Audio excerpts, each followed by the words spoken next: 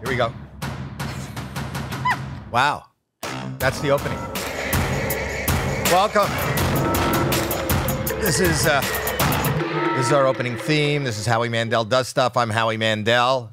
I'm his lovely daughter, Jacqueline Schultz. I have 2 daughters and a son, and you're all lovely. You're not specifically the lovely. Best. You're not necessarily the best. I'm not knocking you. You hear that laughter? Yeah. We have a laugh track. But like a real live laugh track. I'm really excited about today's episode. Today's episode is... Wait, Lou didn't introduce himself. Oh, Lou? I can't hear you. Got pants on. All right. Well, then hook up your dictaphone. Oh, my God. I don't know how to hear through... Anyway, the point You know is... that reference? What? That's from your record, your single that you put out in the 80s. Oh, the Watusi. I can't hear you. Got pants on. Yeah. You stole the joke and he didn't even like it. I didn't like my own joke. I didn't steal it. I was referencing it, and I thought that he would get it right away. No, I didn't get it right away. I got it like you said it, and then I didn't get it, and then you explained it. I still don't get it. One of the even though I funniest said it. lines on any record ever written. Not true. I cannot hear you. I have pants on. Not true. It's not one of the funniest lines ever on record. It's a horrible line. It bothers me that you rememred it. Oh, that's terrible. What? Just stop picking your head. That's terrible for you to say that. Stop picking my head. Who are you, my mother? You're my daughter. Anyway, I'm very excited about today's episode for 2 reasons. One, Sarah Silverman and Rory Albanese are here, her boyfriend. And we just got a call a minute ago from Sarah Silverman saying, do you mind if I bring my 12-pound dog? Now, I really don't mind that she's bringing a dog. I don't know why weight was like... You know, we have a 16-pound dog limit here. Like I've heard people say, you know, I'm coming over to your house. Can I bring your dog? But I've never heard the weight. 12 pounds, not a lot for a dog. Yeah. I said, how much do you weigh, Jackie? Can we say that? Yeah. I gotta laugh. You gotta laugh even before you gave your weight. Yeah. I actually just lost weight. Yeah. And I am down to 134. So I just want to know that because if I'm invited someplace tonight and I want you to come, I'm going to say, is it okay if I bring my 134-pound daughter? Yeah. But in dog pounds, how much do you weigh? No, dog is that years. times 7? Oh, no, that's years. That's years. Anyway, the point is that she's coming and we love her, and her boyfriend is a brilliant comic and producer also, and that's a great guest, and Lou is here, and we love doing it, and I love doing it with you. We do stuff. But when we talk about doing stuff, I think that this is a next level podcast. As you've heard a couple of times, we've been on for 2 minutes now. What? We have a bunch of comments that called us an out-of-the-box podcast where anything goes. Joke's on them because we're not even in a box. Oh, that's great. We're out of the box. I don't know if it's like out of the box is a positive. Someone also said, I love the fact that there's no timing or pace to this podcast. So like all the negatives are turning out to be positive in some people's eyes. You people don't care about the way you look, no humor. I love a lot of we can't even hear you. It's the best podcast ever. Right, silent.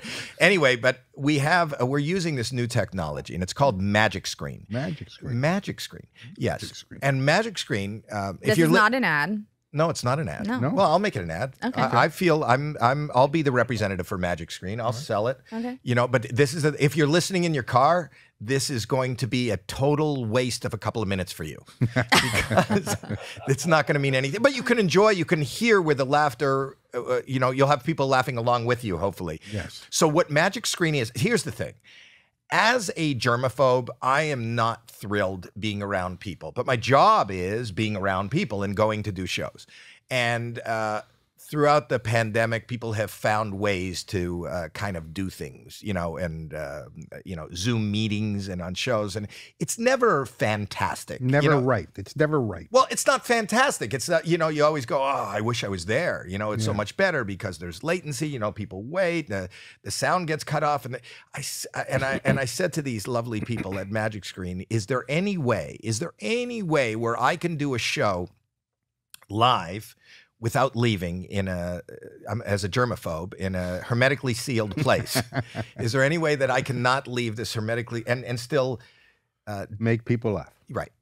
So, and interact too, not just make people laugh from a distance, also interact with them, right? So right now we have a lovely, this is a first, this is a test, but we have a lovely audience in Burbank, California. We're in Van Nuys. They're waving. Hey! They're waving. You know what? This is an audio. We're doing a podcast. It'd be better if you guys applauded so that the people in their car. There they are. There we are. Right. So that's if you're listening in your car, too bad you're missing all this. 3,000 people, it looks like. Yeah. Yeah. Yeah, looks exactly It's like 3,000. each person, but in dog years. In dog yeah. years, that's right. Yeah. So and they have the ability. They are watching us. If they have a question or two, or we want them to interact, they can interact in real time. Mm-hmm. And it's like I have friends like Adam Carolla that do podcasts, and they'll go out and do a live date. They'll do a podcast at a club, and then they do it in front of a live audience. But they got to take all their equipment and go with them. And the future of this is just like a test cast right here. But I think it's already working. I've been on it for 3 minutes. Can you imagine if we say, okay, Sarah Silverman and I and Lou and Jackie are doing a podcast this Tuesday at 11 o'clock, and go to the Regal Theater in your town. And you could, it's a $2 ticket. You can go in, you can eat popcorn, you can have candy, and you can ask us questions, and you could be part of it. You can have somebody from the podcast at the theater being part of the podcast as a way of, or not. What would be the point of us going there? That's, once this whole magic screen takes off, then you're going to sell the advent of, we could do this Go live. Yeah. We could be in person. I guess I'm not understanding. No, this. in the age of a pandemic, and also in the age of, I just think that we got to think, like that person commented, we got to think outside of the box. Mm-hmm. How can we be any place, anywhere, doing fun things? It doesn't have to be the location of the theater. We could have people come and meet us where, I don't know what the locations are. Like a restaurant or a bar. Or a convention. Right. In all my podcast experience, I have never seen anything like this. You're not even facing the screen. That's why. There. Now you see it? Yeah. Yeah, so these people are right there. Nice. We can see them. You can interact with anybody you want. They wave every time. They're doing the. So, see, you could talk to the Queen wave. They're all doing the Queen wave. Well, you know why this is great? Because you said when we started this podcast, I know one of the reasons why you love comedy and stuff is to get that experience from other people. And you were the first reaction. one. You were the first one to go on Periscope and tell me about Periscope. You love going on Instagram Live, and you wanted that to be part of the show. I was the first person ever. This is true. I was the first person ever to tweet live during a broadcast, and I almost got fired for it. On America's Got Talent, I think it was about like 10, I got Twitter. I was reading an article on Ashton Kutcher. I downloaded Twitter, and it was amazing to me that while our show was being broadcast live, I could actually, I would tweet out, or they would tweet back and go, the singer, the mix isn't good. I can't hear the singer. They got to adjust it. And then I would call the executive producer and go, look, I got 20 people that are watching someplace in Oklahoma, and they say they can't hear the sound. That kind of engagement. And that's what I think, social media is taking over everything we do. I started in television. I think television is going by the wayside, even though I'm still on TV, and I still do. I just think, we got to think next level. How can you television? How can I be in as many faces and ears as possible without that, and actually have that engagement and interact with people? Because I know that's something that you've been looking to do this whole time on the podcast. And I think that magic screen is the answer. Remember those two words, magic screen, because I think that that's going to be a vernacular. What is it again? Magic screen. Thank you. But we can even take questions from people. Yeah. Does anybody have a question for me, Terry, or Lou right now? I'm not Terry. I'm sorry, Jackie. Terry is the name of the vagina from whence you came. Okay. All right. No, that Terry's her mom, my wife. And it was a natural birth. I give you all that information. All right. Question, who is your favorite child? Shut the fuck up. Anyway, we'll go back. Did you send one of your friends over there? No, it's obvious. What's obvious? We've talked about this so many times. I think it's brought up on like every other podcast that I'm his favorite. No, you bring it up on every other podcast. She always does. Like, it's really funny. You have to. It's not funny, but it's real. And we've talked to therapists about this. But like Alex will go out. Alex, my son, who is producing and behind the scenes, he'll go out and buy a camera. And then she's sitting at the table. He goes, look at the camera I bought. And then she's got tears in her eyes. And we go, what's wrong, Jackie? She goes, I was the photographer in the family. It's not even a Always joke. a competition. What? Always a competition. You've been competitive. You're the most competitive person I know. Yeah, I'm pissed that my sister went and got a PhD and I only have a master's. Like she did that on purpose. I can't even spell PhD, so don't feel so bad. Okay. By a vowel. Look, you got to laugh. Yeah. This is good for Lou. Lou hasn't heard a laugh in a year and a half. Oh, my God. That's amazing. These things are funny. You know, it's not only the people you're interacting with here, but we've had a lot of submissions too into the website, right? And also on Apple Podcasts, people have been submitting stuff in the reviews. And Caroline collected some of those and she sent them to me. So I wanted to tell you that you got a video. What was the video, right? That someone that wanted to pitch an idea for a television show? Yeah, so this man came in and it was a video and I'll just show you the video, but he basically wants to pitch this show to us to potentially do on the podcast, I guess. Okay, show me. Yeah.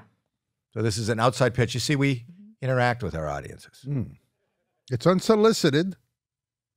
Is there any sound to this show? It's very high quality, I can see. They don't have magic screen.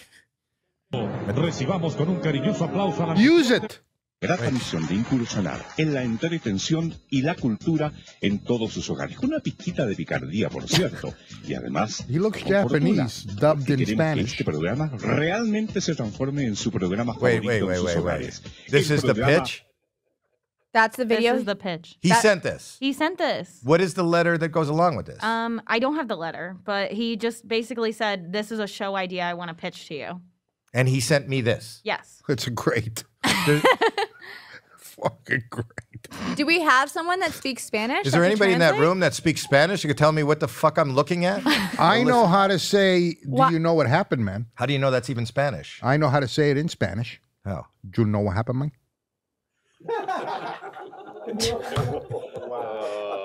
Oh, look, and we get groans too live. No, but you got the groan at the end of the...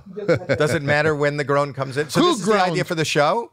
For this show on the podcast, does he want to be a segment? Or Yes. does he believe that this is something that can just explode on its own? Live without us? I mean, Howie, what do you think? Do you think it could explode? I need to see another 10 seconds of it. Okay, Keep great. playing. Go ahead. Is this like El Sábado Gigante? I used to watch. I think it's just Sábado Gigante. There's no L. I think, is it Sábado Gigante? Yeah, or- Sábado Gigante means huge It's Saturday. not- that's not right either. Yeah, it is. No, Gigante. Gigante. Gigante. What are you teaching me? So your experienced Gigante. eye says 10 more seconds, I can make a decision. I think so. Play. Mateo. Yes! Sí, mijito. Yes! There was, stop it for a second. En video, sí, yo envío. There was something missing, and then we got the Mateo. Yes, that's his name. He Oh, submitted this. that's his name. Yes, Mateo. Mateo. It is a good idea. What's the idea? I don't get, I don't You get- really don't get it? No. Oh, play a little bit more for Lou. Sí, Okay. señor. Vamos a estar muy bien acompañados. Is there anything? I don't want to watch the whole thing. Is it just more of this? Yeah, it's basically this. Okay. Then you got another message from a fan that says, "Hey Howie, is this really you? I have an imposter. You have an imposter on TikTok claiming to be you. Thank you, Lisa." Okay, thank you, Lisa. We get a lot of. I don't care if anybody impersonates me or wants to be me. It's just that hopefully that person has followers. No. You don't want the people impersonating you. There are some people impersonating you, and they DM people to like talk to them, and it's kind of creepy. I've had a bunch of people DM me and say, "Is this really your dad that's DMing me?" There was somebody personating me, and it really pissed me off because he wasn't funny. Yeah. Lou is getting more laughs Than anybody. than anyone. I don't think that it's. I'm not worried about being like. What how if do there's they- like creepy people that are doing stuff in your name or trying to get money from people or something like that under your name? As long as they give me half the money, I'm kind of okay with it. No, I don't. We also had the other day. We had Natasha from Your Best Life on, and Natasha gave us. It was after I passed out at Very Starbucks. funny girl. Very, very funny girl. Really? Yeah. But anyway, she gave us what is it called? She gave us IVs. IVs. And then she gave out her number of her company. And really, we do engage an audience. People started calling her and because the number was there. and really, and keep us updated on how they feel because she's a nurse. We got this call 2 days ago. For Natasha. This is Hi, Natasha. this is Rick from Bakersfield. I'm just calling to let you know that I'm feeling a little better. I know last time I called, I said I was sick, and you seem to be quite concerned. So, just following up. My sinuses are clearing up. My head is feeling better. I woke up and I smelled my room, and it wasn't too pleasant. But I was happy I could smell. and yeah, that's it. Just giving you a little update on Rick's health. And thanks a lot. Magic. So she told me. But she first of all, yeah. can I just say something? Yeah. I love that. I love the listener keeping us updated because I know you and Lou were both worried sick about Rick. Well, you couldn't smell, Howie. But he's happy the room stinks now. Yes, he is. And I'm just so moved. But go ahead. What were you saying? I was going to say, she told me that she's getting a ton of messages like this of people just letting her know what their ailments are and how they're feeling. Mm. Yeah. She's wonderful. Yeah. Yeah. So if you want to call Natasha from your best life. So not then only do we know. have Magic Screen, we have where you can call in and update us on your health minute to minute. Yeah. This podcast is And so then out of the box. I have something else. Go ahead. Speaking of voicemails and voice messages. Oh my God. What? With that cough, you sound like Rick 2 weeks ago. Yes. The Rick cough 2 weeks ago? I don't know. I wanted to ask you, Alex and Caroline in particular, because I know that you're on dating sites. Have you seen that Hinge has a new feature where guys can leave voice memos in their profile?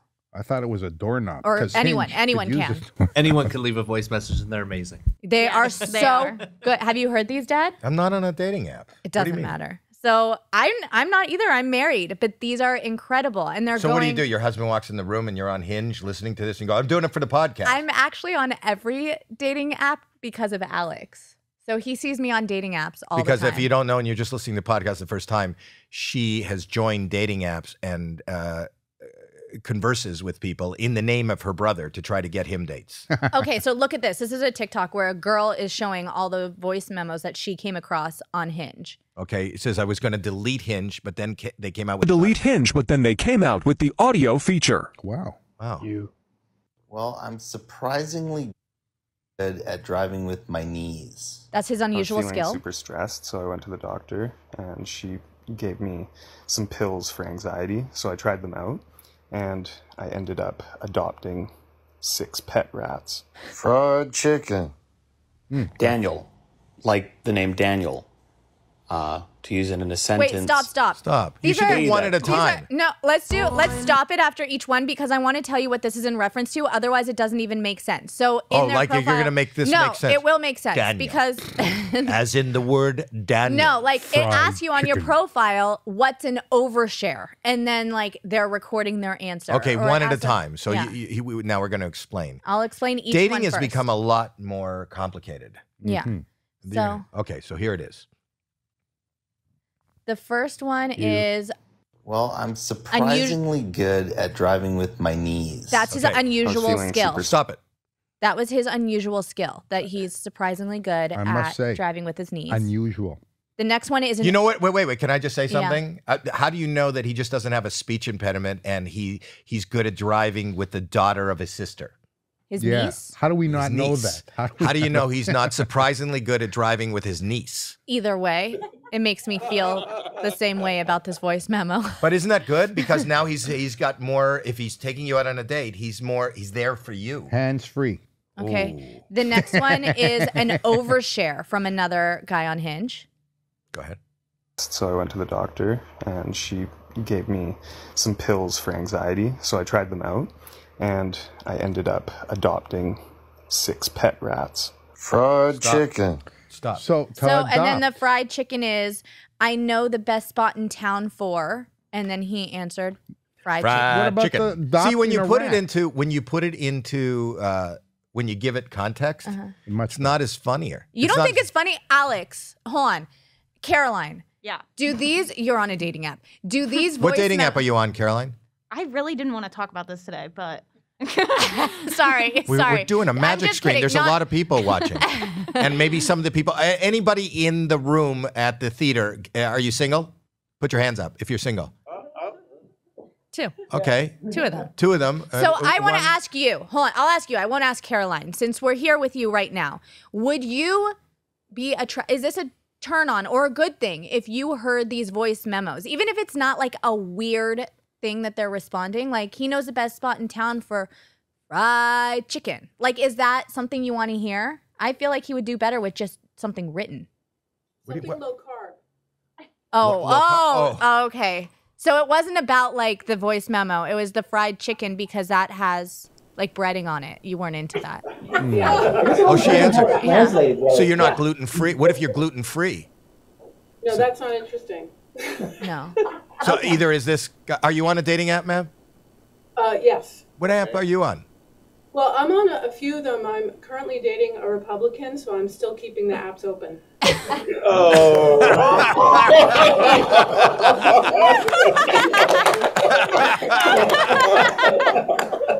Does he know that? No, because that's too conservative, so I don't like to bring it up. You know what I mean? Is that a true story? It is a true story. Yeah, I'm definitely dating a Republican, and I definitely still have accounts on all the apps. But you know what? It takes a lot of time. Well, you know what? Why don't you open one of the apps in front of us? I'd love you to read your profile out loud. I have no problem with that. Okay. All right. We have a lot of single people in the control room, and. Okay. Well, I've got some stuff. Go ahead. All right, let's see.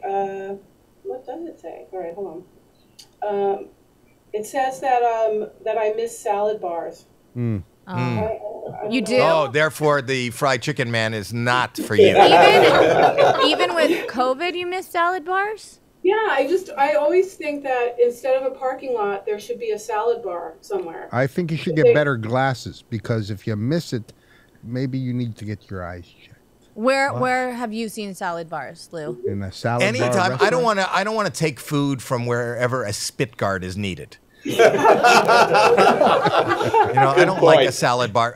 If I had an at-home salad bar, I would love that. I would love to be able to make my own salad, to create a salad bar in my house. But a public salad bar is the ickiest thing you can, Yeah, and look what's in the dressing. Something that just fell out of my nose. Go ahead. You miss salad bars. You seem to be editing as you go along. You're not reading You're not reading everything. Well, I got a lot of likes in between the last time I looked, so I was checking them out. Oh, so really you were sitting in the middle of this kind of digital experiment, and then you went, "Oh shit, I could be out on a date." You're lucky. I only get one like a week. Yeah, women get a lot of likes. She's looking for a profile. Well, yeah, I'm looking for the profile because it's hard to see what you write. What are you on? Are you on Bumble where you have to make the first move, or like? You know what? I didn't like Bumble because it's very location based, and I live in Sherman Oaks, and I haven't found Sherman Oaks men to be attractive. I also live in Sherman Oaks. Caroline lives in Sherman Oaks. Caroline said she And feels I'm the same from way. Sherman Oaks. I live in Studio City, so. How do you feel about men from Caroline changed her location to Studio City because she didn't like the guys in Sherman Oaks. Really? Yeah. Everybody knows the hottest men are in Tarzana.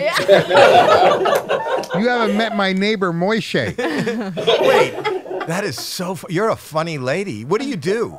What do you do for? Well, I introduced you last week at the Infinity Festival. You are a funny lady. I remember you. You're very good. So okay, so now you haven't gotten to your profile yet. No, I found it. Go. Okay, let's read it. Okay, so this says, all right. I teach and evangelize marketing and tech. I try to make it fun, interesting, and I'm constantly reinventing the way I do things. As a single mom, I'm doing the juggle. I don't always get it right, but I'm learning.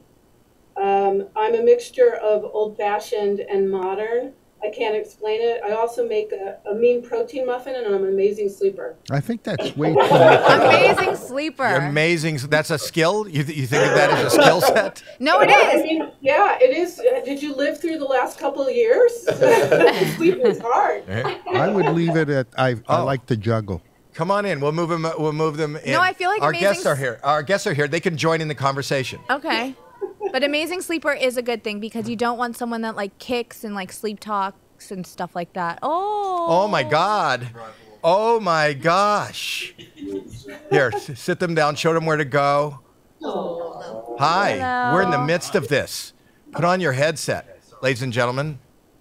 Sarah Silverman second time and we've Rory had a guest bring Albanese. a How do you dog. say your last name? Yeah, Albanese? You got it. Albanese, doesn't run. Albanese? Albanese.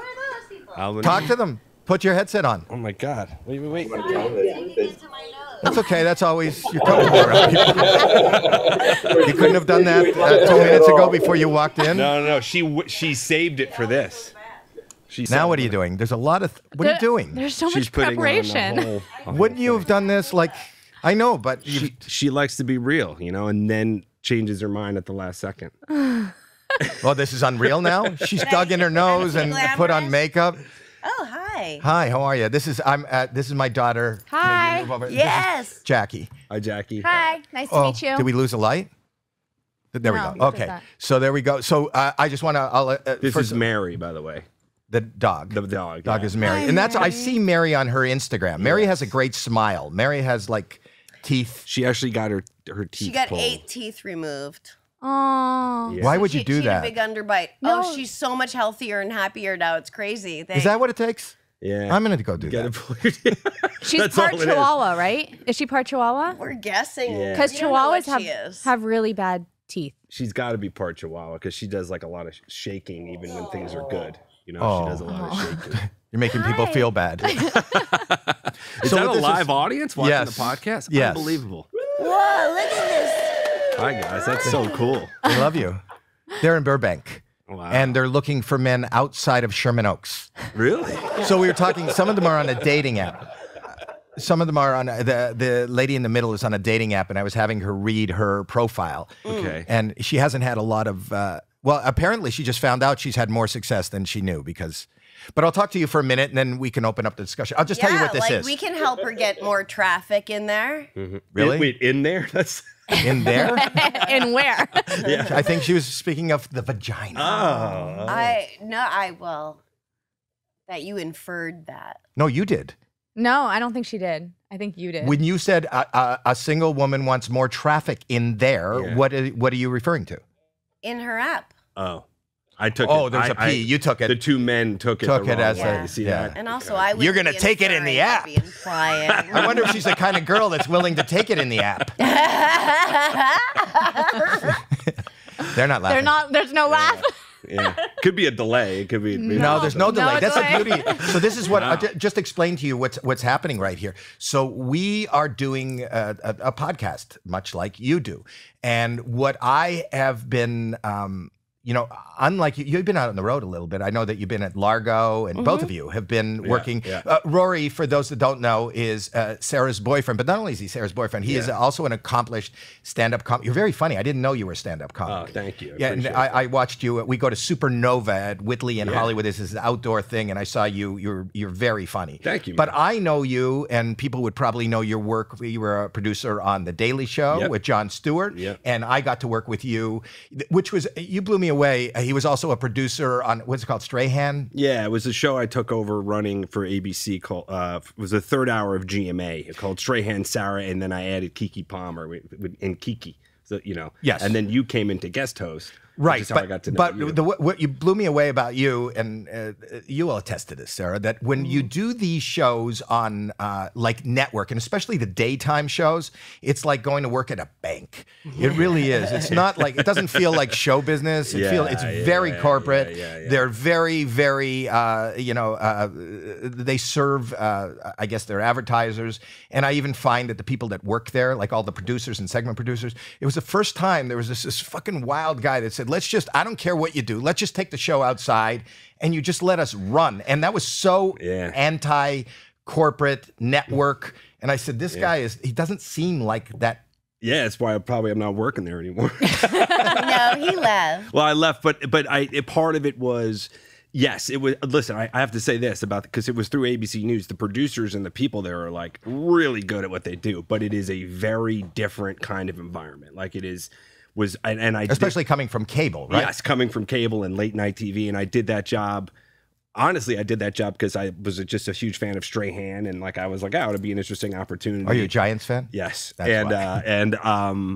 but it was a really 50. cool experience. He turned 50 this week. I know. I got to text him. It was a really great experience, and like the people were there were awesome, and the show started to get a little traction, and I started feeling like, oh, we got something here. And then COVID hit, and they wanted to make it a show called like What You Need to Know Pandemic, and I was like, I can't do that. That's just too, Ignorance is bliss. too You don't far. want to inform the people. No, it's not my job. My job is to make fun of the people, informing the people. I can't. How long have you two been an item?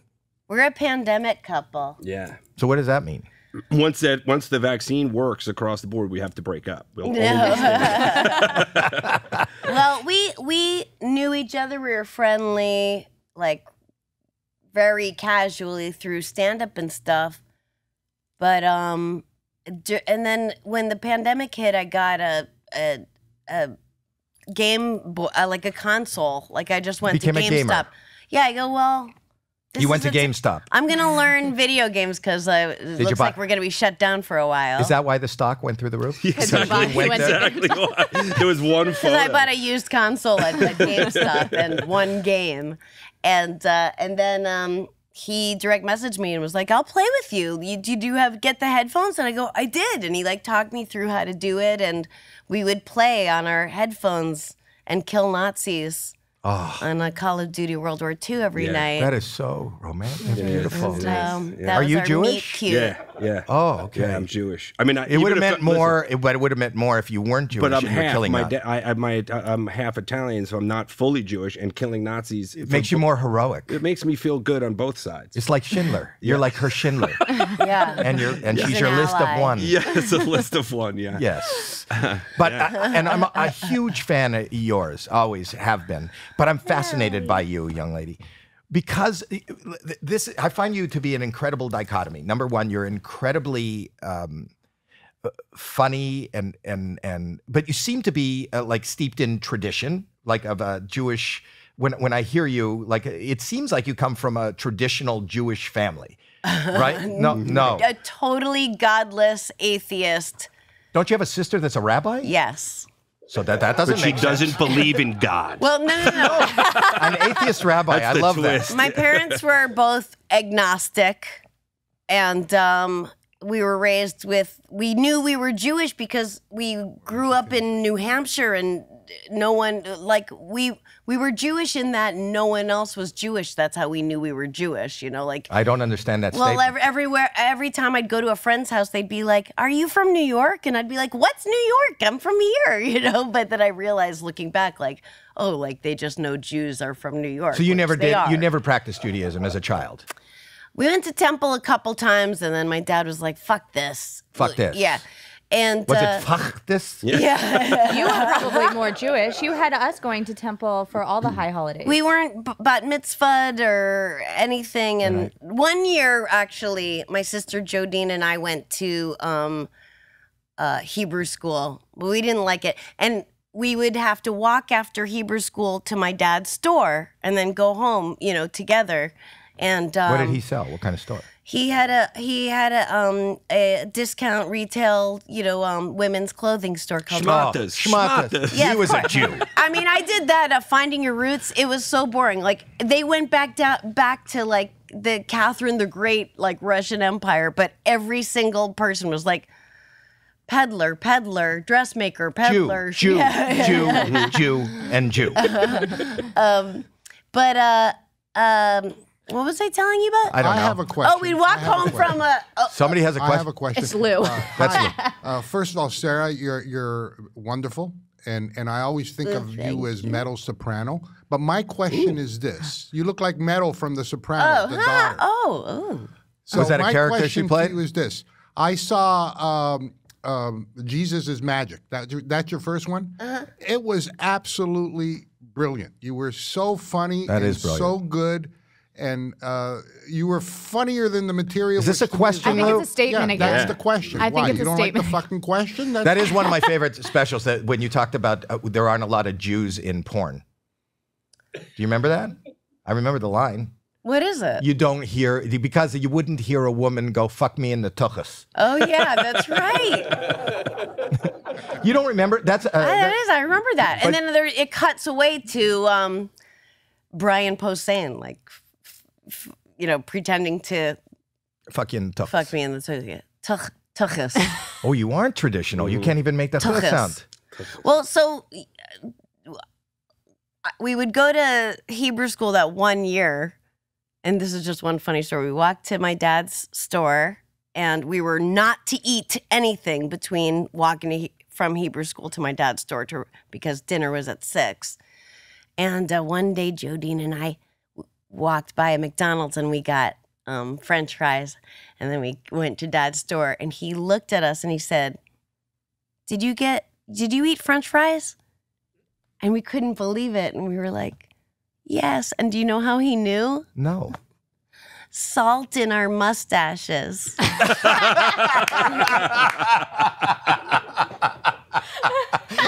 That's really funny. That's hysterical. Our little soft hair Jewish mustaches. I'm curious about the Hebrew school. Were you the only two in the school? Yeah, how did they have a whole Hebrew school when you were There there? was in Manchester, New Hampshire. There were you had to a commute. handful of Jews, and And why were you going to Hebrew school if you weren't going to be bat mitzvahed? I don't know. They sent us there, and then we had no connect. We didn't like it, and the teacher was mean, and they said we didn't have to go anymore. But then my mom became the art teacher at there, and she At was the Hebrew school? Yeah, Mrs. O'Hara, because my mom remarried an non-Jewish. Irishman. Yeah, O'Hara. O'Hara. Wow. And that you loved him. I read that you right? I did. Is he alive? No. Oh. He's dead. Okay. Well, he's dead to me too. Wah, wah, wah. But this is what I wanted to say. Like the traditional, a girl in the traditional sense, and you just told me you're not traditional. But did you ever get close to getting married and having? That wasn't the pressure on you to get married and have kids, family wise. Maybe, but I didn't take it on. I don't know. I didn't take that on. Marriage to me just seems so barbaric. I don't know. I love going to friends' weddings and stuff, and Barbaric. I love. I've been married for 42 years. You know how? No, it's beautiful. But that's what you meant by barbaric. Howie, we just saw your wife out there. And I have Yes. to tell you, she didn't seem to say it wasn't barbaric. No, I think living with me is barbaric. I don't mean barbaric. I mean, I don't know. I would get if it was important. Yeah. Listen, I just do we need to get the government involved in our love? I don't know. If we were having kids or something, And also the choices that you make, and I think this is a wonderful choice, Rory. Oh, thank what you. about comic on comic? Is that ever been an issue with you? Because I could not. I don't think I could do that. I would be. I have a lot. I know you need to be the one. Yes. Yeah. Yes. And you don't. Well, I am in my professional life, so I mean, I don't know where Bad question. you gotta I don't know. I just don't know how to be with someone who isn't funny. They don't have to be a comedian, but But I'm saying I get works out being that way. with somebody with a sense of humor. And the same thing I'll ask you, Rory, the same thing with you. You be with somebody with a sense of humor. But if that is their profession, and that is, I think that what we all do here, and not you, Okay. right? But I think what we all do here is probably the most competitive sport there is. In show business, everybody competes. You're always going for the leading role in whatever you're doing. If you look at it that way, maybe she doesn't look at it. I don't really see it that way. I feel like there's space for everybody. When I came out here to California and I went to the Comedy Store, it was I know you started in New York. It was the meanest place on earth. And what was mean about it is, and it felt like, it kind of cultivated jealousy because somebody goes up, and I would imagine Comedy Cellar is like that. Somebody goes up on stage, and whatever they do, they engage an audience. The audience laughs and loves them. And then right in front of them, it's not like an audition, right in front of you, the next person goes up and, wait, that sounds a little louder, and that sounds a little, you don't, and I think that kind of can percolate into a a relationship, but maybe I'm wrong. Mary, looking for his teeth. Mary. Mary. She doesn't really come. Yeah, she's more of a cat. She can do anything else. My mom will get it. We'll get her. Yeah, Terry's. right? My wife's running out and Terry, get Mary. I got her. Oh, I got it. Sorry, you gave her to me, and then I But isn't that something more? I Mary. think that's probably common with comics, but isn't that something more inside of you? Maybe there's some. Well, maybe it is. I don't know. I think it's the truth. My honest answer to that question is I probably 10 years ago would have been much more reluctant to like date a comic or something like that. But I think I just got to a place where I've been doing stand-up a long time, as well as the stuff we talked about producing and stuff like that. And I've definitely gone through phases of like looking on IMDb and being competitive and being jealous that this guy's special went and I had a special. I told you I didn't think anything, and all these kinds of things. And then I just kind of graduated from that because I got to a place where I was like, well, my definition of success can't be based on other people's, or I'm going to. But you realize that our myself. society, outside of comedy, that's our society. Our society's basis for success. Then maybe not you guys, or is what kind of car are you driving, or you go to a party and they go, "What have you been doing lately?" And what they really they're asking is, "What project do you have that I don't have?" And isn't that what? But I think it's like you have to find your way out of that, or it'll drive you crazy. Most people are crazy. Yeah. Well, I think a lot of people who do this, I mean, I was saying this to Sarah the other day. It's like when you're a comedian, you're always like half a patient and half a therapist because you're dealing with so many people with so many issues and so many friends you have that are like.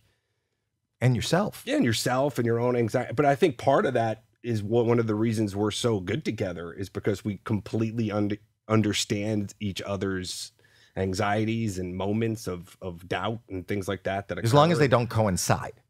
Yeah, it's true. It's like we're good. Like if he, if he's, if I'm feeling insecure, he's like solid, and vice versa. Like we kind of balance each other out. Well, that's great. You have good days and bad days. It's not.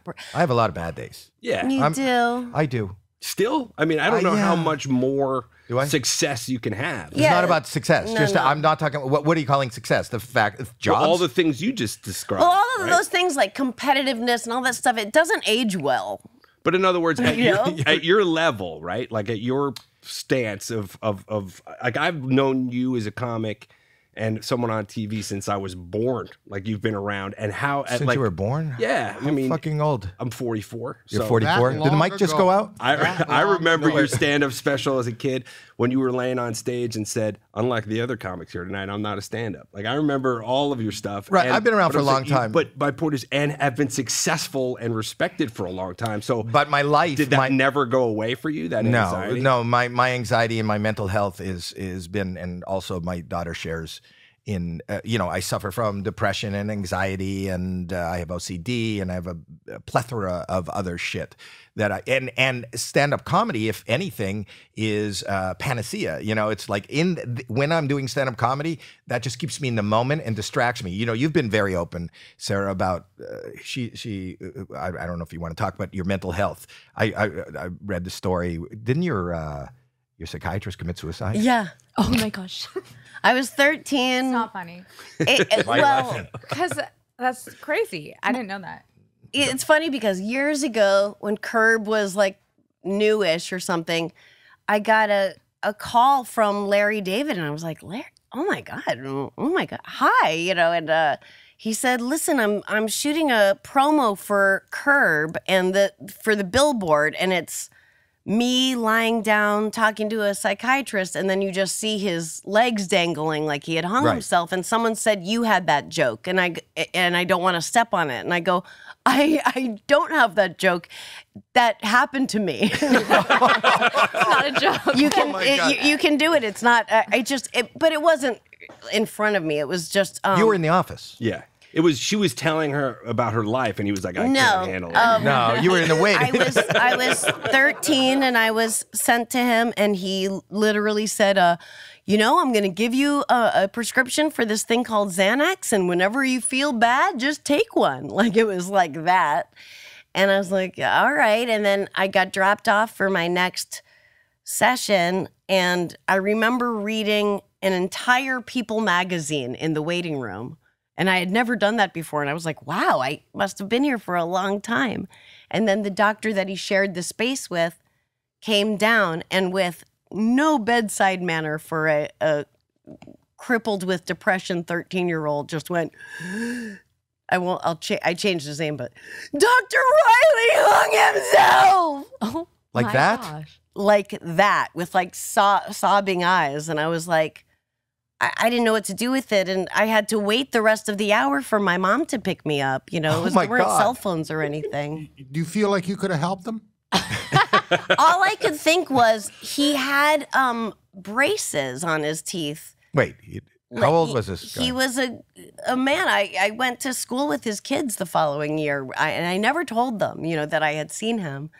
But he had braces, like, on his teeth, and I just, my little brain at the time was just like, I can't believe he didn't at least wait to see how I smile. Yeah, like when his braces would get off, because I knew all these kids that would just be so high and elated from getting their braces off and like feeling their teeth with their tongue, and I was like, yeah, you didn't even wait for to see if that. So his made problems it better. were mental and dental. Well, we were just talking about if you pull the teeth. That's how much? true. Right, You know, how much better happier. things That's a get. horrible. Are you not? Do you feel that traumatized you? I feel very odd that I don't feel like it traumatized me, and it's in this musical, The Bedwetter, that's going up in April. That Is this a scene Broadway? Is in there. It's at the Atlantic Theater in New York, And off is it Broadway.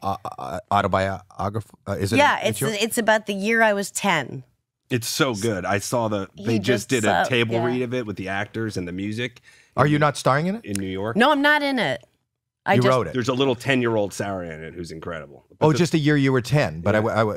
Yeah. So it's all these little kids. It's like unbelievable. Annie, but like with like pussy and cunt in it and stuff. Wow. How'd that go over in Burbank? They're laughing. Can you hear? Just- We keep it down so it's not Just the words. I mean, it has Oh, language. you don't see the 10-year-olds. Oh, No, no. Jesus. Poo, poo, poo.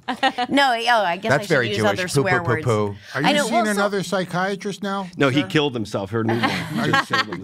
There's a third. After the third, She's the been third through one's a three. charm. She's the Black Widow of No, shrinks. but let's talk about this. The play. I didn't know you were doing. So you wrote the play, and you got it all financed. And Oh, yeah. I co-wrote the lyrics and the book with someone who did the music and who co-wrote the book with me. And actually, not to bring everyone down, that guy died.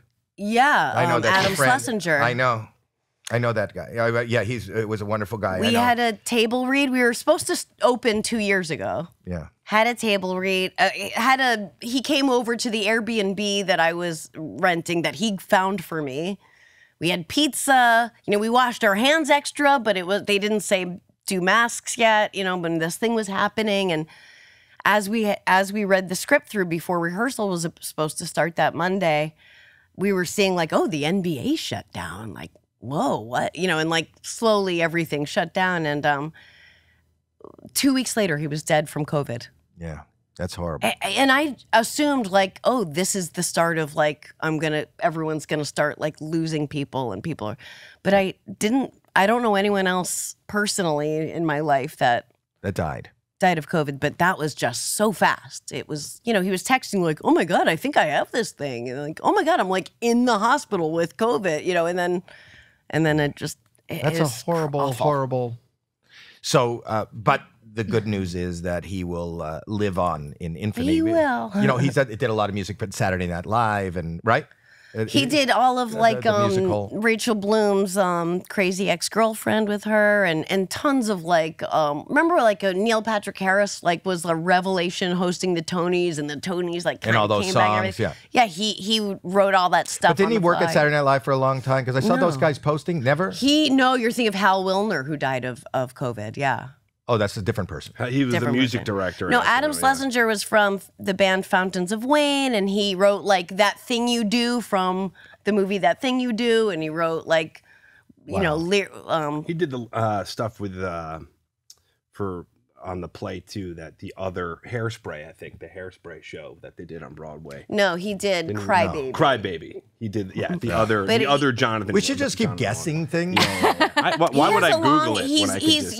You've enjoyed a lot of things he's done. So when can we see the play? Previews start April, I don't know, something 20-ish. That's huge to mount. Have you ever done? It's been 9 years. Like, it's just been a long process.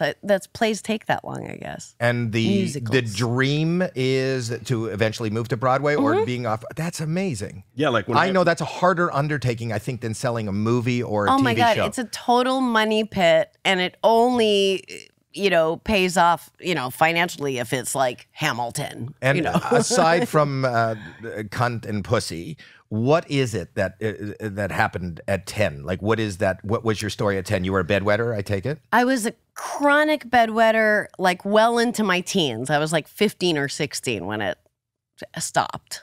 Wow. And do you have a bladder problem or is that a mental? Maybe that did affect you. That thing with that's I mean, it manifested. I think I don't know. I think it's emotional, and it was also I was teeny tiny for my age, and just the combination of that. Like I never. Were you traumatized by that? Did your parents? Because I remember I used to hear about like Michael Landon. Yeah, everybody the fastest runner, right? Right, he did that movie, but his thing was his parents would put up the there it is. 220 and 2020 off-Broadway premiere. They're putting it up. Wow. That's exciting. Congratulations. Yeah. But he was humiliated by his parents. Yeah, his mother would like take his wet sheets and like put them out the window. How did your parents react to you being a bedwetter? They punished me for it. No. They were I learned how to do laundry at a very young age, I mean, You didn't have sleepovers then at your friend's house. Wow. That was the big thing. So, yeah, the kind of the play's about this family and this Jewish family in this very white New Hampshire town, although the cast is fairly diverse. And well, wait, you have non-Jews playing Jews? I know that's a little soapbox of yours. You have non-Jews playing Jews? No. Well, I thought isn't there, didn't you say that on your podcast? Well, yes. Yeah, I listened to your podcast. The woman playing my mother, I thought was Jewish. And well, ironically, because she's played kind of like iconic Jewish roles, but she's amazing. And also my mom wasn't Jewy, but what I was saying, and it kind of like caught fire, I just said on my podcast, it's odd that in a time where representation seems to be so important and front and center, that with all these Jewish characters where their Jewishness is centric, they're especially women, never played by Jews. I know. And every other community. So it matters so much for every other minority, but Jews don't count, which is a great book by David Shield. About Macedonians, by the way. Do you feel the same way? Let's say if there's like a gay character, that they should cast someone who is actually gay, or only if he's Jewish and gay. Autistic character, like if they cast someone who actually has autism or something like that. I don't make the rules. I was noticing. I think what she's saying is acting is acting. Yeah, and individually, I love all. I love Catherine Hahn. I love Miss Maisel. I can't think of her name. I love. These are all brilliant actors, but they collectively, it's just like, wow, never. What she's saying, though, is I think that our society is making shit about, if somebody's playing a gay character and they're not gay, then you'll hear about it. Or if they're playing an indigenous person and they're not Indian, or they're Mexican and they're not Mexican, you don't hear anybody speaking up about somebody who is playing a Jew who is not a Jew. And I mean, over the top, like, that's in the context of what the world is right now, odd to me. Yeah. So what? Another thing I'll ask you about. So what I'm doing here, this is a new thing. This is called Magic Screen. And you guys should take notice of this. So Magic Screen is something I'm want to be part of and am part of. Magic Screen is the latest and greatest in technology, where you can. And it's not like... You are always up to date with the very latest. No, but tell me this. this. So cool. So if you want to do comedy but you don't want to travel, or you want to do your podcast and it's not like doing a Zoom show. There's no latency. Those people are there live. You can say, at the Regal Theater in Texas, you come and see my podcast, and you can interact and you can ask questions, and you can come in for $2 a ticket. You take the money and the theater takes the popcorn and whatever, or whatever venue you want. And over there on that side, you could basically do that. That could be an iPhone setup. There's 2 microphones and an iPhone. You can hear everybody in the room, and it's like playing club. If you want to talk to anybody right there, if you have a question for Sarah, ask a question so that I want to show her, or Rory. Can they be here, or I can't, or can we? I have it in front of me, but you can't see. You can't see. Oh, I don't have my glasses. Put your glasses on. There you go. I don't know. But you were asking about being Jewish, you know, and then she has to put her glasses on, and is that a Jewy thing? Well, it's like a little bit, it's like blind. This is the problem when you try to break stereotypes, and then she's like, I can't see. But I like the glasses. The glasses, don't you think the glasses? So you see them? You could talk to those people are in Burbank right now, and this is a test kind of thing that we've been doing. But you can hear them and you could talk to them. Does somebody have a question? Somebody want to talk to? Yeah, Sarah, what's the story with your hat? Beer nuts. Wow. Honestly, no story. I actually, I've had it for so long, and it just fits my head right, and I have no connection to beer nuts. I just, what happened is, it came in the mail. That came in the mail, a beer nut hat? This is how long ago it goes. Jimmy Kimmel and I had just broken up, probably 2009. And it came in the mail, and I was like, oh, I must have ordered this like a stoned Amazon order. And I loved it. And then I talked to Jimmy, and he was like, I ordered that for you. Oh, wow. So there is a story. That was a good question. Yeah. But isn't this cool how it's like you're in the room with them? There's no latency. There's nothing. You could pick somebody out if you were doing stand-up. You can do stand-up in a big audience. You can hear them. You can hear them laugh in real time. You don't have that. I don't know if you've done any of the Zoom shows, but they're really hard. Brutal. Do you enjoy still going and doing stand-up? Yeah. I mean, I haven't been on the road. We were in New York, so I was doing stand-up in New York a little bit, and then here I've done stuff, but I haven't booked road gigs. You were so funny. I saw you working, but during when I was watching you, Rory, you both were on stage there, and you were working out material, and it was both of you. It was brilliant. It was it's fun to watch the art. Do you like that? Do you like when you're maybe you're looking at your notes and you're tweaking little lines or figuring out how to, and if you watch somebody over the course of a month or a week, I love that. Just the tiny, well, I'm a very slow honer, It's my podcast is very immediate and off the cuff and messy, but my stand-up feels messy, but I'm slowly tiny little changes, and so it's, I because and that's why I liked watching you both. When I came to town, I was watching, every night I would go to the Comedy Store and watch Richard Pryor cobble together live on the Sunset Strip. Oh my God. And he would be standing on stage, and he was still bandaged from the freebase accident that he had, from the fire that he had. He was the first guy I saw. It became like an old joke. I don't know if you remember this joke, but people would hold a lit match, and they'd go, "What's this?" And it was Richard Pryor. Richard Pryor running down the street. He opened with that. This is me running down the street. But isn't that live on the Sunset Strip the show he taped and it tanked? Yeah. And then he went back and did it again. Yeah. It's a crazy story. Yeah. So then he'd have his friends. And also, there are people in the audience in that special where it's like you go, that's Jesse Jackson. There was Jesse Jackson was in the audience or something. I watched it not long ago, and I was like, oh my God. To me, I get a lot of times Jesse Jackson shows up. Well, Jesse, do you have a question for Sarah? Jesse's in Burbank right now. Crazy. This thing is amazing. It really is. It's kind of neat. I don't know if your podcast, I love your podcast. Your podcast is it was surprising to me because I feel like it's like you call into a therapist, Well, it became that. First of all, in my internal monologue right now, I was going I'm being not funny at all. No, but you're interesting. You're really interesting, and you're both really interesting. You don't have to. Do you feel pressure to be funny? I don't, but then sometimes I look back and I go, oh my God, I was only earnest that whole interview. I wasn't like goofy at all. Like I have different heads, and so with my podcast, I planned on it being like silly and dumb and fun and loose, and the calls just got more and more serious, and then I would want to take them because they were interesting, or I felt like I've been around a long time, and I had an insight on that, or I had But isn't there some, and for both of you, isn't there some kind of, the onus is off of you to constantly be funny? We like being funny, and we like getting a laugh, and you like to hear the immediate reaction. But also, I like communicating, and I like learning, and I like, I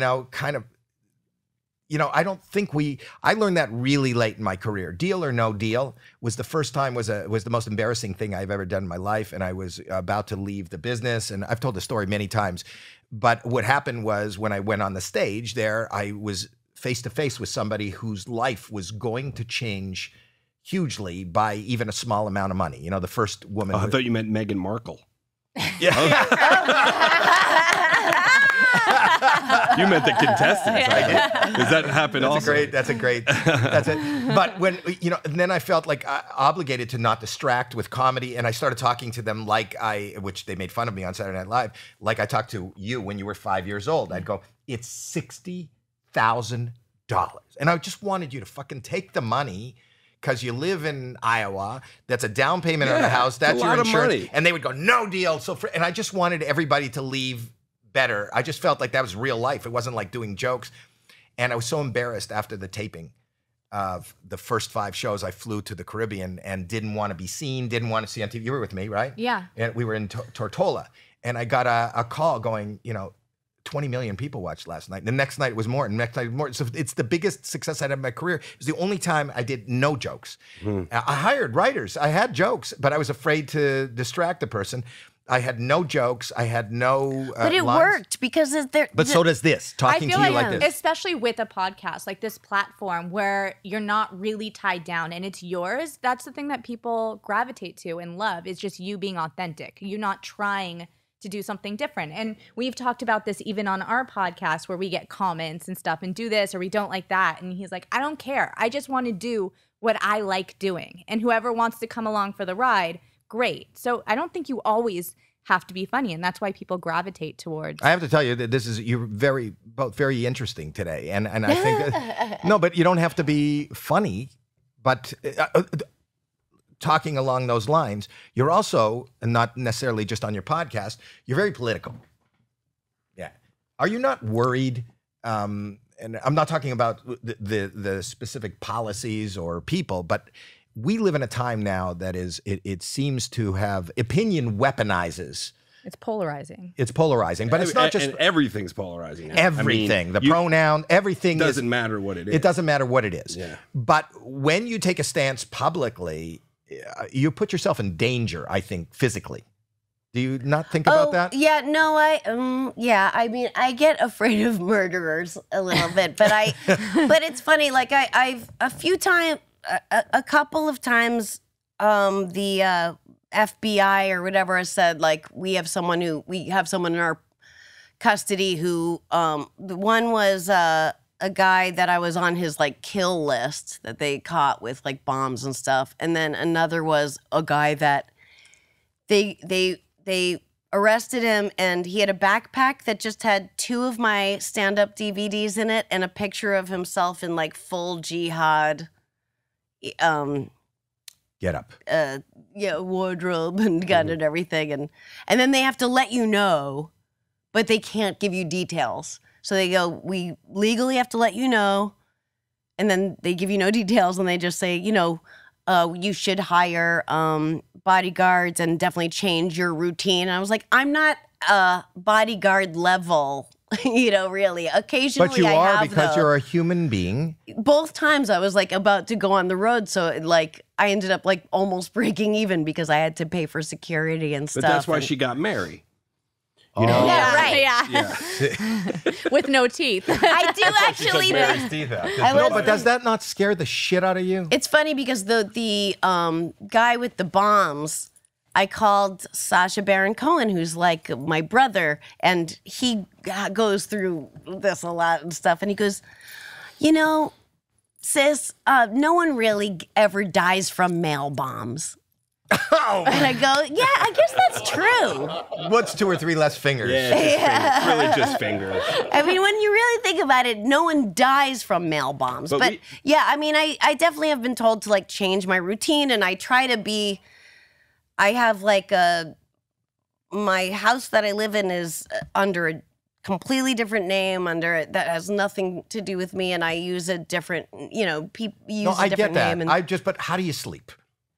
It never seems in the moment. It never seems like this is a funny conversation we've had, which is so she has this house and she has this alarm system that's very secure, and then when I stay over, I feel very safe. Like it was right. Yeah. But then when I stay over, she goes, "Well, I don't put on the alarm when you're here." I never do when he's there. But then I'm like, but then are you scared? But I'm gonna die. In other words, because in that scenario, I'm fighting a murderer and she's running to safety. And I'm like, what about the scenario where why is that the scenario in your head? Why aren't I fighting the murderer? Because we've discussed it. I'm fighting the murderer. It's a conversation we've had. So my thought was if she puts the alarm on, then no one has to fight the murderer, and then we're both fine. But for some reason, when I'm there, it's like, nah, I feel safe. I'll turn it on. But then we can't open the doors. We have to remember because I'm so afraid. I'm like Chicken Little, so I'm so afraid to trigger the alarm because I'll have a heart attack. But at the noise. Yeah, You're more scared of the alarm than intruders. That I'm gonna forget and Rory, and open a door. Maybe we don't know something, but do you have any special? Like training? No, I mean, I she's a black belt. My daughter. Can do this. Really? Yeah. You want me to come over? Yes. You can hire me for security. That'd be great. I do think, my theory is that Mary will protect us because I know that if murderers come over. Mary? Yeah, our dog. No, I see the dog. If they're laughing. She's by the way, shaking from this interview. This is this is how I feel though. If murderers come over, she'll definitely instantly go on her back to get her belly rubbed, and then they'll rub her belly and they'll be like, oh, wow, what are we doing? Yeah. You're right. You thought it out. I didn't realize. Or she'll do what she does to her shrinks, but she'll start talking and then they'll just kill themselves. Oh my gosh, Rory. Does anybody there have a question? There's somebody there, the lady in the back or guy in the back? I see a hand up. What's your question? Well, I was going to ask, along the lines of being out there and being very, maybe less politically correct, your show, I Love You America, where you went out and mixed and mingled with all types of people. What did you learn from that? Or what did you kind of come away from that? I learned so much from that. One, I would go and visit. What I liked about it is I would go and I would visit like a family that all voted for Trump or people very different from myself. And it was interesting because I put myself in a situation where they were my host. They had to take care of me. I was just alone. There were cameras and stuff, but it was like I was alone and they were outnumbered me. And I feel like the natural inclination is to kind of be host for them, to be host. But it was really every place I left, I loved them. And they loved amazing. Me. That's a great show. Personal connection is just completely different. And I also learned that and I've said this a million times, but that people aren't changed from facts or poll numbers. I mean, you should be, but we live in a time where we just have no baseline truth. So you can't go, well, you have to agree with me because this. Anyone can do that. And it doesn't, people just tend to dig in deeper because if they feel judged or if they feel dumb or if they feel defensive, their porcupine needles go up. They can't be open and you can't connect. It's just like you're just in two pods, So would you say the answer to that question is you just have more of an understanding of people? Who think differently than... The only thing that changes people or has them be open at all, and I'm talking about myself as well, I'm not saying is feelings. It's not facts, it's not poll numbers, it's just appealing to feelings. So I just realized as comedians, we can connect with anyone. There's Right. some point of connection with anyone, even if it's like, Doesn't it you feel watch like Walking now, Dead? I love Walking Dead. You know, like, oh my God, Carol, I used to hate her. Now she's my world, you know, whatever. Like anything. Right. But you know, I just think that, politics is really taking a front seat now. And it's so divisive. I feel like we're on the verge of a civil war. I really think that it's getting violent out there. Rory has an excellent take on the pending civil war. It's a stand-up, but no, just that. I mean, my theory on the Civil War thing is just I get it because everybody's tense and everybody's angry, but everyone's also fat, So I feel like it's going to just be hard because civil wars require a fair amount of running and fighting. You know what I mean? Like it's a lot of cardio. We're not in shape. We don't. I don't think America is in the shape it thinks it is for a civil war. I think online easy, but I think once the escalators are turned off, no civil war. Nobody's climbing a flight of stairs with a gun in America. No way.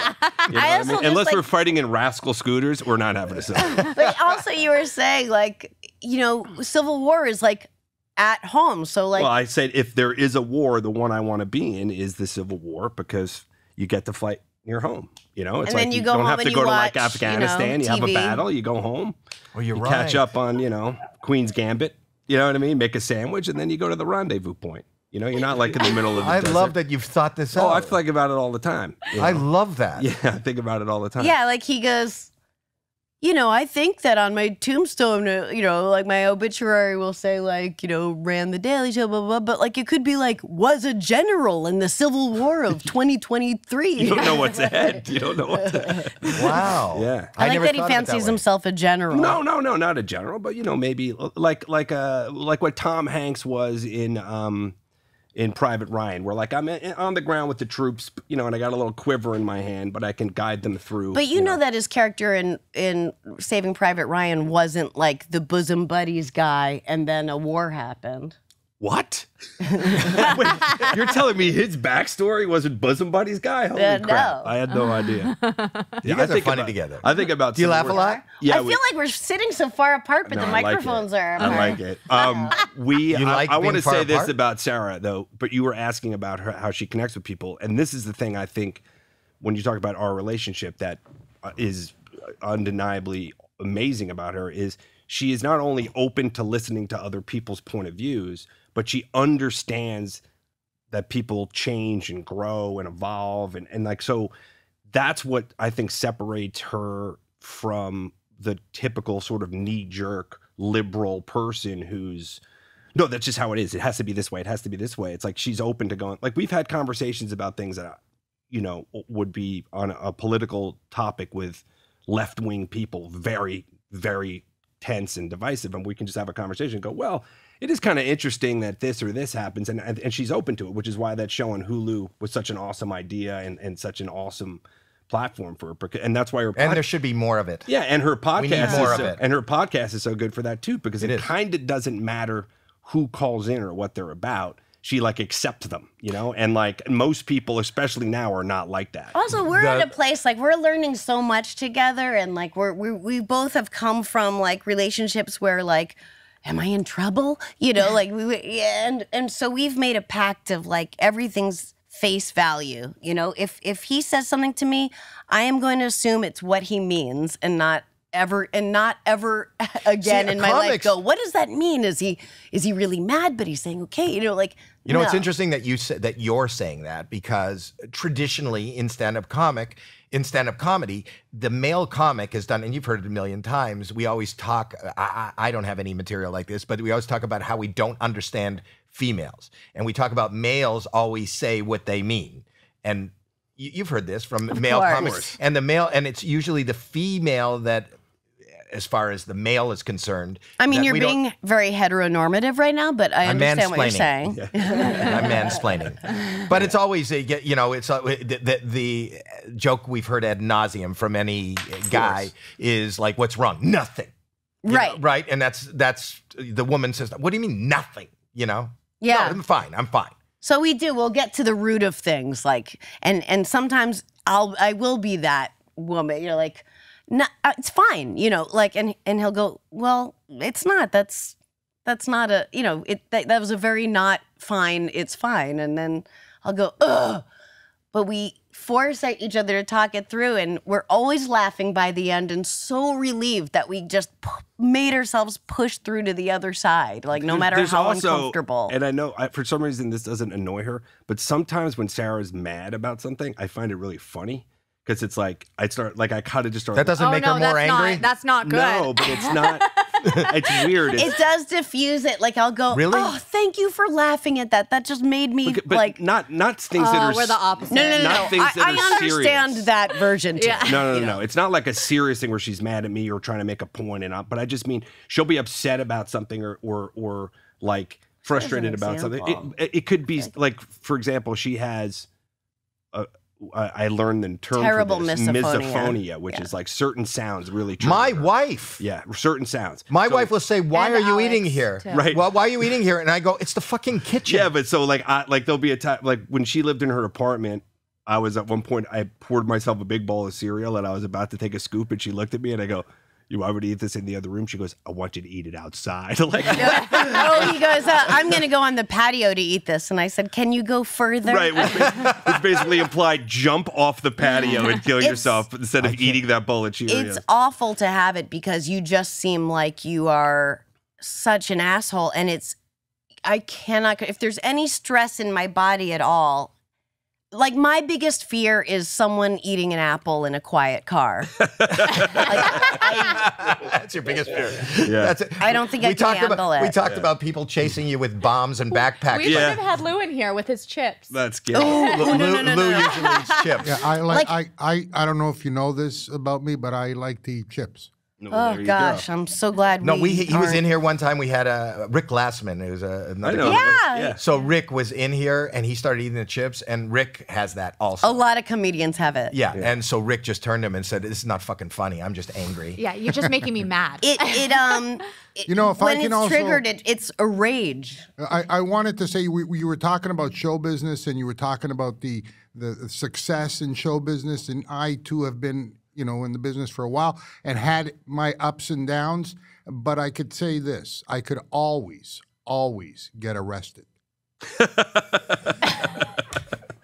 It's a good joke. What's going on in Burbank? Nobody on that? I'm not allowed. No, I think they turn it down sometimes so it doesn't. What is Lou muted in Burbank? I don't get it. Lou is muted in Burbank. I also should mention, and I don't know if this bothers you, the girl in the center, the lady in the center just crossed her legs. The grown woman? Yes, the grown woman. I'm sorry. Did I use the wrong? Am I pissing people? No, not at all. I love you, and if you don't mind, I'll just mention it until No, I like to be muscle corrected, memory. but I'm so afraid. I do it too. I say girl, but I say girl. I don't anymore because she schooled me on it. Like, in other But I words, if don't I'm get talking- mad. Like there has to be a space for people to, when I'm with a non-binary person, I fuck up their pronouns all the time, and I'm so excited to use their pronouns right. And I go, oh God, oh them, they. Do you ask them their pronoun when you approach somebody? Do you say, what do you? No, but no, I don't. I probably should, but I don't. But I will.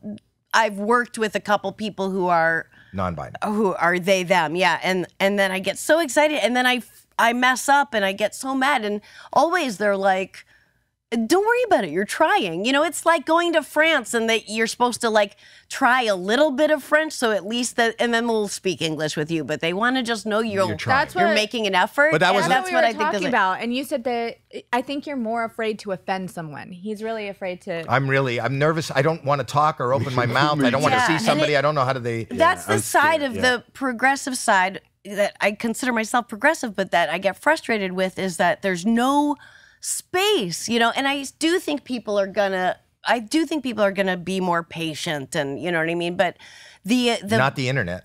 No. Yeah, but the internet isn't the whole world. It is a lot of people's. But the thing is, that's where they get their information. That I've been saying to Sarah about being the open-minded thing is I've explained to her because like you, I have, this isn't passing the buck, but like when you grow up as a male in this country, we're also loaded with all sorts of toxic garbage that we don't. I'm only now learning about that and going, oh yeah, I guess that was the wrong way to view things. It's like men can't have feelings, men can't cry. Only babies cry. What are you, a girl? It's hard to, there's a little bit of deprogramming that has to happen. So that's the thing that I think has been frustrating sometimes, is feeling like no one gives you got to like be up to speed immediately. You The gotta be up to hardest speed. thing in life, So the hardest I'm trying thing- very hard to like learn and. But be all of quiet. us, you know, this journey of life is supposed to be about change and growth. And I think that our humanity, the natural instinct is just to hang on for dear life to whatever you what we know. To what you know. And that's the normal. And everybody wants to go, I hope it was the way, you know, even in the simplest terms, people go, that was music. Yeah. This is not Right. music. Right. You know, Yeah, and yeah, it's yeah. a big band sound. That's what it's all about. And Right. but that's what we try to do. And do you think you're different today than you were 10 years ago? Really different? Yes. You do? I've changed so much. And I always feel like if you I can look at old stuff I've done and like love it. Like I loved my show, the Sarah Silverman program, but it's like totally problematic, but I still love it for what it was. And I understand that comedy is an evergreen, but and that's why, I mean, that's why like you're still so relevant, is like you're always changing with the times. You're always even if we're just talking about it on like a technological level, like you're always up to date on the latest technology and the latest things. And but you know, that comes out of my neurosis. FOMO, as Oprah coined it, you know, fear of missing out. Is there a new way? How can I reach, like, How could I get all the way to Burbank from Van Nuys? Yes, without Uber. Without Uber. I was mentioning that travel that great distance? the woman, her in the Yes, center, yes. is dating a Republican because there's no good-looking men in Sherman Oaks. That's what she told me. Wow. And she's keeping her apps open. How far do you have to dating commute to date the Republican? He's in Santa Clarita, but I don't totally know where that is, so he always comes to me. And do you put the alarm on when he comes over? Yes. Can his pickup fit in your driveway? And that's not an innuendo. That's not an innuendo. It was not an innuendo. I just think it assumed was. he drove a pickup truck. You just turned the whole audience. funny, when I Jesus Christ. There we go. It is funny because when I was single, I was like, I would see these ads on the road for farmers only, Yeah. that dating site, and I'm like, God, I wonder if there are any liberals on farmers only. Like that would be the ideal for There's me. definitely liberal farmers. I mean, there's Why, I know. Why would that be Organic. ideal for you? Because I found him. Like I like a guy who like Rory, when I met him, he said, I'm a dad without kids looking for a lawn to mow. And Again, he sounds like really an innuendo. is. What does that even mean? I just like doing stuff around the house. Like I like fixing things. Like she just moved into her new house, so I spent a lot of my Oh my time God. like installing things. I just like doing that. I'll kind of look stuff. for him, and he's like on a ladder somewhere, like rewiring something, and it just makes me swoon. Yeah, it's good because you know she does that. Does she really? I love that. Yeah. I just like doing She's it. married and her husband is standing. He doesn't know how to do it, and she's on the ladder building and doing. Really? I Yeah. love She's the that. black I'm the belt. fix-it. Yeah. The black belt thing, you definitely got me beat on. Yeah. But, the ladder thing. She can kill you. Yeah, but No, clearly. I don't think I remember any of it, honestly. I don't think I can. Well, when did you? Because Jeff Ross always talks about how he's a black belt, but he was a black belt at 12. Yeah, Like you have to like keep up your. Do you think you can beat up Jeff Ross? Jeff Ross probably. God, I hope so. I Yeah. would love to. I want to see that match. God, He I was hope here. so. Oh my God, I Yeah. love him so He's much. so great. Not Preacher. Jeff Ross, I could probably beat up. Preacher's pretty strong. Yeah. Yes. You know Preacher Lawson? He's another comic. He won, or he came in second on AGT. He's a very funny comic. He's hosting AGT Live. What do you want to plug, guys? Wanna Wait, plug? can I just say something about You can say more. AGT? Yeah. So the year, my friend Dave Juskow and I were watching all the time the year that Tom Cotter came up really, Right. really high. And we were like, we've got to support Tom Cotter. He's a comic, you know.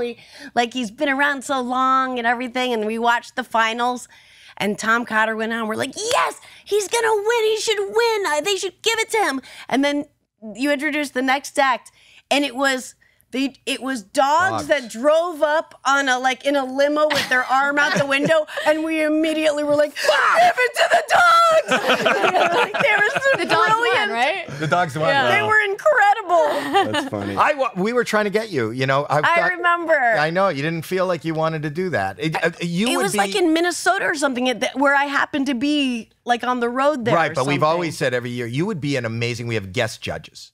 And I just think the way you have a compassion and a sensitivity that even if you don't like somebody, I think Yeah. you would be honest. It's hard But you would be a great judge. I feel like I could be constructive, and but also just give people. I don't know, but it would be fun. But I know those days are like really long days. Or you just don't want to work hard, is what you're saying. I mean, I do work hard, but I like. I'm to play our video games. Yeah. I think of myself as very lazy because like anytime but it's because I don't have the stamina of most people. So like anytime I'm done, like I work and then when I'm done, I just need to be sleeping. She works all the time. I've never met somebody who's works more than her. Like she's just. You're just talking about how lazy you are. Yeah, and but you're saying, then the second she has no work to do, she's like does it. She's done. I just want to watch TV and sleep. She wants to lay around. That's my That's my passion. Is that something you two have in common? Yeah, we like to lay around. You can say that. Like if a therapist asks you, like, what's something that you enjoy most? What's your passion? You say sleeping and TV. Well, I have a very active dream life. Because I've tried to do that with my therapist, and they don't like it. Doesn't They don't go fly. for it. No. This is what I say. I say I have a very active dream life, and I have to be there a lot. And who's to say what's real? I'll try that next week that I talk to my therapist. So, are you doing? Did you start taping the show? Aren't you doing pet tricks? No. We start writing Monday. The Monday after Thanksgiving. The Monday after Thanksgiving, and that's going to be Stupid Pet Tricks? Yes. Yes, which I love. That Letterman, and is Letterman's producing it. Worldwide Pants is producing it. And are you going to be working on the show at all? I am. I am going to be working on it, or it seems to be. And that was, that's for a whole other podcast. But yes, I'm going to be helping out, doing some writing. Yay. Yeah. That's great. And how do you feel about that working together? Because it's a short thing, and I was happy to do it. I happen to love animals and comedy and Sarah. So it's a good combo. But it's like 10 episodes. I would say that, like, generally speaking, if it was like some long-term thing, it would probably not be something I would want to do, just because my priority is our dating life. But at the moment, it'll be a fun thing, and I'm happy to do it. We think it will be fun. We dipped our toe in it. He wrote and produced and directed these promos that I did with Seth Rogen for an animated show that we're promoting. He's Santa Claus and you're the elf? Yeah. Yeah. The elves are Jews in this world, so they're all, because they can work on Christmas and stuff. We did that. Love that. We did that, and it was like there was no issue. Yeah. So that's great. He's a born producer, and then he's a hilarious writer. So we look forward to everything. So we'll look forward to Stupid Pet Trick. When is that? That's what we're promoting. So I don't know. They just ordered 10. You should just promote your podcast. Your podcast, the Sarah Silverman podcast. It's great. You should try to pick up some of these Howie listeners. Yeah, that is true. Because it matters that people subscribe. Like press that subscribe button. Review. And review. Rate something and review. Rate. Yeah. I think what my son was teaching me. Subscribe, rate, and review wherever you listen to podcasts. All right. They have to do that because apparently that just shows engagement and it pushes the algorithm up, and then you are more prevalent on the list. So yeah. So I'm learning. We're new. I started this after you started yours, and this is kind of cool. This is something that you should do. It's so cool. I think that their chairs are too comfortable. Well, I do, because that it makes people, also relax too much. I think serve them maybe some sandwiches. Make it an event. Well, this is a test of the technology that we're doing right now, and they are there. Can I ask you guys, is this a good experience as far as you're having over there in Brooklyn? Oh, wow. Okay. Yeah, so this is a really good experience. And you feel like you're at a live show. And do you think that, people will show up at a movie theater where there's popcorn and that and see this on the big screen and be able to interact? Would this be something you would be interested in doing? Yes, at a theater near you? That's cool. Or maybe instead of popcorn, a quieter snack. You're right. You're right. Don't bring popcorn to Sarah's show, please. I did. There's a venue that has popcorn, and I went on stage, and I like the quiet moments in between while you're setting it up and taking and I heard popcorn, and I was just like, stop chewing. I was eating popcorn, and I realized it was like an old movie theater where they do it, and it's me, but it's if you do this on rappers, your rappers. Well, the point is that this can be set up anywhere. Yeah. The footprint on that side is an iPhone and 2 mics, basically. You know, wow. You know, and then right here we have absolutely nothing. You know, the podcast is there without it, so you can do this. And if you don't want it in a theater, if you want it, this happens to be a post-production facility in Burbank where they are, but you could do it in a bar. You could do it at... That'd be great for your show because you have so many call-ins and messages that you respond. So they can talk to you. You know, you could just put a tweet out or something and you say, even if it's a 20-seater, there's wherever you want that audience, so you don't have to be there. And what we can dial it down if you don't want to hear from them, or dial it up when you do want to hear from them, and you can open it up to the floor. So you can engage an audience. And it could be like, we're in Oklahoma, you know, they're in Oklahoma today. Not only that, you could be in 20, and we could set it up, and that's what we're doing, where there could be 20 different screens. So you can be in Oklahoma and Nebraska and New York and everything, and you pick whoever you want to talk to. In New York, you have a question. You know, you have a question. So you could be in 20 different venues all at the same time. Oh my God. You're incredible. See, he's holding up the card. Look, that's incredible. That's what we're going to build that here. So we're putting that up here, so you can be anywhere. And I'm going to build that in a kind of a mobile truck, so I can drive to where you are. I'm not going to broadcast anymore. I just want to drive the truck. I know that's not totally. And then you're gonna start being competitive with other truck drivers. You know what I mean? You're gonna start being like, that guy goes 12 hours. Oh fuck that! I'm going 15 hours. I feel like this is just out of necessity for you because you need comedy and you need that interaction, and you also need to not be in person right now because you're so neurotic. But that's the thing I would say I miss the most of anything from COVID is the writer's room. Like I miss the like. Because people would say that all the time, like during Trump and stuff, like, oh, you must miss being at the Daily Show. And I'd be like, not really, but I miss like coming in the morning. And, but let me just tell you like, something. So even if this is not a podcast or a show or whatever, that can be writers from all over the world, and there's no latency, and you're right there. It's amazing. This is really live. You can put as many people as you want in a room. There's no lighting in that room. We didn't light that room. Nothing. It's awesome. So you can go do it. I could set it up for you, Sarah, like tomorrow. Oh my God! Howie comes over himself with all the tools in a van. And he you know who's been doing virtual reality stand-up shows since before the pandemic? He was do you know Reggie Watts? Yeah, sure, from Gordon. Yeah. Oh, you're right. Yeah. I know him, right? Yeah. So he's been doing, but I'll reach out to him and tell him, because this is even He'd better. Be so into it. This is even better than anything that anybody's done on FaceTime or Zoom or really. So this is it's like seamless and easy, and you don't have to be a tech freak to do it. And they're there live, so it's not like you have to worry that they're recording. No, I have somebody from my company right there just monitoring. You know, so nobody's recording. None of this is recorded. This is it. You can ask anybody. You know, if you want to talk to anybody, you could pick somebody out and they hear you. And so, is someone working is someone out there like working the cameras so that they're seeing a shot of Rory, a shot of you two, right there. You see where the lady with the red hair is? Right here. He's switching right there. I don't think so. Jeremy is switching, and then I'm muting and turning them up. Very cool. All right. Yeah. Well, anyway, this was a great thing. We're about to wrap this up. Thank you to everybody in Burbank for giving us your time and sitting here. You've been a terrific audience.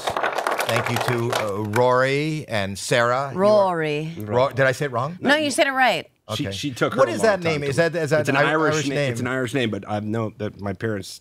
The only other Rory I was aware of, Jew with an Irish name. There was a big Western star, Rory Calhoun. Yeah, Rory. As a kid, that anybody who was like all my grandparents' generation would be like Rory Calhoun, and me. And that's how old I am. Wait, can I clarify something really fast? I just realized, in case my friends watch, I didn't lose my friends. They're still my friends. They just moved away. No. I didn't. This is all going to be edited out. You lost your friends. No, I didn't. You hate those people. I just realized maybe my friends are listening. I still love you. You're my friends. Anyway, comment if you don't like her, put it in the comments, review, and subscribe. Sarah will be waiting for the play, but your podcast is, it kills. It's wonderful. And I think it's a necessity even more than entertaining. I learn and I grow just by listening to you, young lady. Holy shit. Holy shit. And on that note, good night.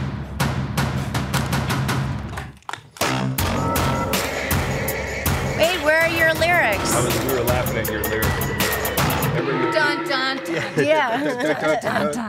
Let's take a picture. We hold up. Isn't that cool though?